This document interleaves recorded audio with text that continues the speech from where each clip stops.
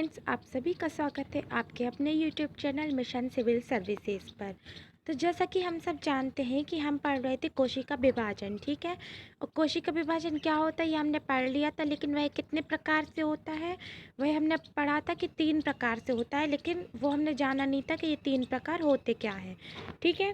तो आज हम पढ़ेंगे ये 3 प्रकार। तो पहले कौन से 3 प्रकार होते हैं? पहला असूत्री विभाजन, दूसरा समसूत्री विभाजन एंड थर्ड अर्धसूत्री विभाजन। तो फर्स्ट हम पहले पढ़ते हैं असूत्री विभाजन कि असूत्री विभाजन है क्या। तो देखिए, असूत्री विभाजन यह विभाजन जीवाणु, विषाणु, सूक्ष्मजीव तथा प्रोकैरियोटिक में होता है, ठीक है। जो असूत्री विभाजन होता है वह सिर्फ किस में होगा? जीवाणु में होगा, विषाणु में होगा, सूक्ष्मजीव तथा प्रोकैरियोटिक, यूकैरियोटिक नहीं, प्रोकैरियोटिक में ही होता है, ठीक है। अगर बाई चांस अगर हमारा क्वेश्चन आता है कि असूत्री विभाजन किस में होता है, अगर उसमें ऑप्शन दिया हो कि प्रोकैरियोटिक में, तो यह आंसर हमारा सही होगा, ठीक है, क्योंकि असूत्री विभाजन प्रोकैरियोटिक में ही होता है, ठीक है। इसके हम कुछ फैक्ट्स पढ़ लेते हैं। जैसे कि इसमें दिया है, इस प्रकार के विभाजन में मदर सेल का आकार बड़ा होने लगता है, ठीक है। जो असूत्री विभाजन होता है इसमें जो मदर सेल, अब आपको नाम से ही पता चल गया होगा, जो मदर सेल और डॉटर सेल मैं पहले वीडियो में पढ़ा चुकी हूँ कि ये क्या होता है, ठीक है। तो हमें याद होना चाहिए, इस प्रकार के विभाजन में मदर सेल का आकार बड़ा होने लगता है, ठीक है। क्या इस प्रकार के विभाजन में मदर सेल का आकार बड़ा होने लगता है तथा उसके आगे चलकर वह 2 भागों में बट जाता है, ठीक है। यह 2 भागों में बट जाता है। अब बात आती है हमारी समसूत्री विभाजन। पहला हम पढ़ चुके हैं अर्थ, ठीक है। अब सेकंड हम पढ़ेंगे समसूत्री विभाजन। समसूत्री विभाजन क्या होता है? तो आइए हम पढ़ते हैं।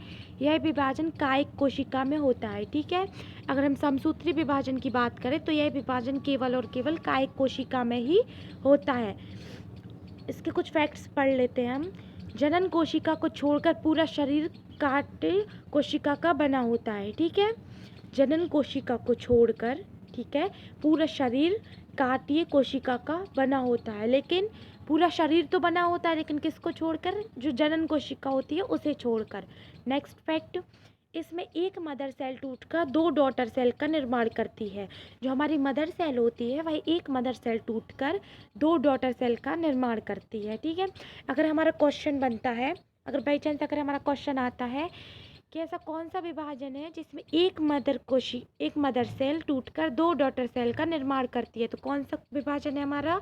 यह हमारा समसूत्री विभाजन होगा, ठीक है। नेक्स्ट फैक्ट, दोनों ही डॉटर सेल में क्रोमोसोम समान संख्या में होते हैं, ठीक है।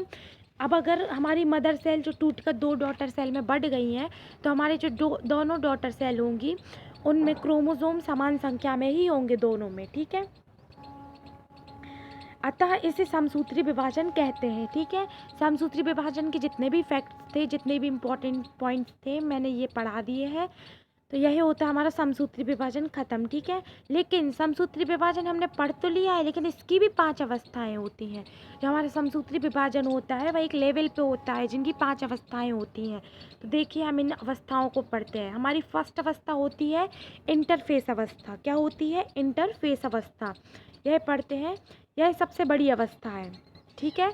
जो इंटरफेस अवस्था होती है यही सबसे बड़ी अवस्था होती है। 5 अवस्थाएं होती हैं, तो पाँचों में सबसे पहले ये है इंटरफेस अवस्था, जो कि सबसे बड़ी अवस्था है। इसमें डीएनए का निर्माण होता है, ठीक है। जो हमारा डीएनए होता है वह इंटरफेस अवस्था में ही डीएनए का निर्माण होता है, ठीक है। तो क्रोमोसोम अलग हो जाते हैं, जो क्रोमोसोम होते हैं वह अलग हो जाते हैं, ठीक है। सेकेंड, प्रोफेस सेकेंड, इसमें स्प्लेंडर फाइबर क्या होता है? तुर्क धागा, ठीक है, का निर्माण प्रारंभ होता है, ठीक है। जो प्रोफेस होता है सेकेंड, इसमें स्प्लेंडर फाइबर का निर्माण प्रारंभ होता है तथा केंद्रक का विभाजन होता है। जो केंद्रक होता है उसका विभाजन होगा। एंड थर्ड हम पढ़ते हैं मेटाफेस, ठीक है। इसमें हम पढ़ते हैं, इसमें स्प्लेंडर फाइबर का निर्माण पूर्ण हो जाता है, ठीक है। जो हमने इस पे प्रोफेस पढ़ा था उसमें क्या हो रहा था? स्प्लेंडर फाइबर मतलब जो तुर्क धागा होता है उसका सिर्फ और सिर्फ निर्माण हो रहा था, लेकिन जो हमारा मेटाफेस है इसमें जो तुर्क धागा होता है मतलब स्प्लेंडर फाइबर, इसमें इसका निर्माण पूर्ण हो जाता है, ठीक है। तथा अध्ययन की सुविधा के अनुसार, मतलब जो भी हम अध्ययन कर चुके हैं अभी, जितने भी हमने फेस पढ़े हैं उसकी सुविधा के अनुसार यही सबसे महत्वपूर्ण अवस्था होती है। ठीक है, अभी तक हमने जितनी भी पढ़ी, लेकिन ये जो थर्ड वाली होता है मेटाफेज, यह सबसे महत्वपूर्ण अवस्था होती है। ठीक है, अब हम आते हैं फोर्थ फेज पे। तो क्या है, यही सबसे छोटी अवस्था है। ठीक है, हमारा है ना फेस होता है, यही सबसे छोटी अवस्था होती है। देखिए, क्वेश्चन ये भी बन सकता है कि ऐसी कौन सी अवस्था है जो सबसे बड़ी होती है या जो सबसे छोटी अवस्था होती है, तो ये भी याद रखिएगा। ठीक है, तो इसमें फोर्थ वाले में याद रखिएगा यही सबसे छोटी अवस्था होती है। ठीक है, इसमें हम पढ़ें तो इसमें क्रोमोसोम तथा कोशिका के अंग ध्रुवों की ओर चलते जाते हैं। ठीक है, इसके जो क्रोमोसोम होते हैं मतलब गुणसूत्र होते हैं, और कोशिका के जो अंग होते हैं वह ध्रुवों की ओर चलते जाते हैं। फिफ्थ टेलोफेज पढ़ते हैं हम। इसमें क्या है, यह सबसे अंतिम अवस्था है। देखिए, फिफ्थ अवस्था है और हमने क्या पढ़ा कि जो हमारी अवस्थाएं होती हैं समसूत्री विभाजन में, वही सिर्फ और सिर्फ 5 होती हैं। तो यह सिर्फ सबसे अंतिम अवस्था है। तो इसमें क्या है, यही सबसे अंतिम अवस्था है। ठीक है, इसमें विभाजन का कार्य पूर्ण हो जाता है। जो हमारा विभाजन होता है, हमने पढ़ा कि पहले कोशिका का हम विभाजन कैसे करें, मतलब कोशिका, नई कोशिका कैसे बनेगी। तो देखिए, हमने अभी जितने भी लेवल्स पढ़े मतलब फेस पढ़े हैं, तो उसमें सबके मतलब कोशिका विभाजन हो रहे हैं, लेकिन इसमें कोशिका विभाजन का कार्य 5वीं अवस्था में पूर्ण हो जाता है। ठीक है, आगे हम पढ़े और कोशिका के सभी अंग आ चुके होते हैं। जो हमारे कोशिका के जो अंग हमने पढ़े थे, माइटोकॉन्ड्रिया, गोल्जी बॉडी, ये सब जो कोशिका के अंदर होते हैं, जो कि कोशिका के अंग कहलाते हैं। तो हमने क्या पढ़ा था कि कोशिका बनेगी कैसी, तो कोशिका का विभाजन तो हो गया। अब इसमें जो लास्ट फेस होता है, इसमें कोशिका का विभाजन कार्य पूरा हो गया है। ठीक है, और कोशिका के सभी अंग इसमें आ चुके होते हैं, तो इसका निर्माण हो जाता है। ठीक है, और स्प्लेंडर फाइबर गायब हो जाता है। देखिए, जब तक कोशिका के अंग उसके अंदर नहीं होते हैं, जब तक स्प्लेंडर फाइबर मतलब कि तुर्क धागा उसमें होता है, लेकिन जबकि कोशिका का निर्माण हो जाता है, कोशिका के सभी अंग कोशिका के अंदर आ जाते हैं, तो हमारा जो स्प्लेंडर फाइबर मतलब तुर्क धागा होता है वह गायब हो जाता है। ठीक है, अब लास्ट हमारा 3 हमने पढ़े थे कि कोशिका विभाजन 3 प्रकार से होता है। ठीक है, तो हमारे ये थर्ड लास्ट है अर्धसूत्री विभाजन। ठीक है, थर्ड हमारा लास्ट है अर्धसूत्री विभाजन। देखिए, हम इसे पढ़ते हैं। यह विभाजन केवल जनन कोशिका में होता है।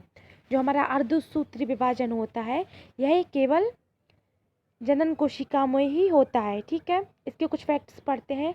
इसमें क्रोमोसोम की संख्या घटकर आधी हो जाती है। ठीक है, जो हमारे क्रोमोसोम हमने जो कि पढ़े थे, इसमें क्रोमोसोम की संख्या घटकर आधी होती जाती है, जो कि 46 होते हैं। ठीक है, नेक्स्ट फैक्ट, इसमें एकमात्र कोशिका 4 पुत्री कोशिकाओं में बढ़ जाती है। जिसमें एकमात्र कोशिका होती है वह कितने भागों में, 4 पुत्री कोशिकाओं में बढ़ जाती है। ठीक है, एंड लास्ट, इनका इनका प्रोफेस अवस्था सबसे बड़ा होता है। ठीक है, तो देखिए, ये थे कुछ 3 विभाजन जो कि मैंने आपने पढ़ा दिया, लेकिन इनमें सबसे ज़्यादा इम्पॉर्टेंट है इनकी अवस्थाएं याद रखना, क्योंकि अवस्थाओं पे सबसे ज़्यादा क्वेश्चन बनते हैं। इनके फेस याद करना केवल और केवल 5 है, तो इन्हें अच्छे से याद कर लीजिएगा कि कौन सी छोटी अवस्था होती, कौन सी बड़ी अवस्था होती है। ठीक है, तो इनको ज़रूर याद कर लीजिएगा। और आज जाकर हमारा ये कोशिका का टॉपिक हुआ ख़त्म। ठीक है, हमने कोशिका के अंदर बहुत सी चीज़ें पढ़ी हैं और कुछ अलग से भी पढ़ ली हैं, जैसे कि क्रोमोसोम हो गए, मानव के क्रोमोसोम हो गए, जीव जंतु सबके क्रोमोसोम हमने पढ़ लिए हैं। ठीक है, तो आज जाके हमारा ये टॉपिक हुआ ख़त्म, कोशिका विभाजन। अब हम नेक्स्ट टॉपिक पढ़ेंगे, पहले हम पढ़ेंगे सिंड्रोम और फिर नेक्स्ट टॉपिक हमारा होगा टिश्यूज़ मतलब ऊतक। ठीक है, तो आज के लिए इतना ही, मिलते हैं हम नेक्स्ट वीडियो में। बाय।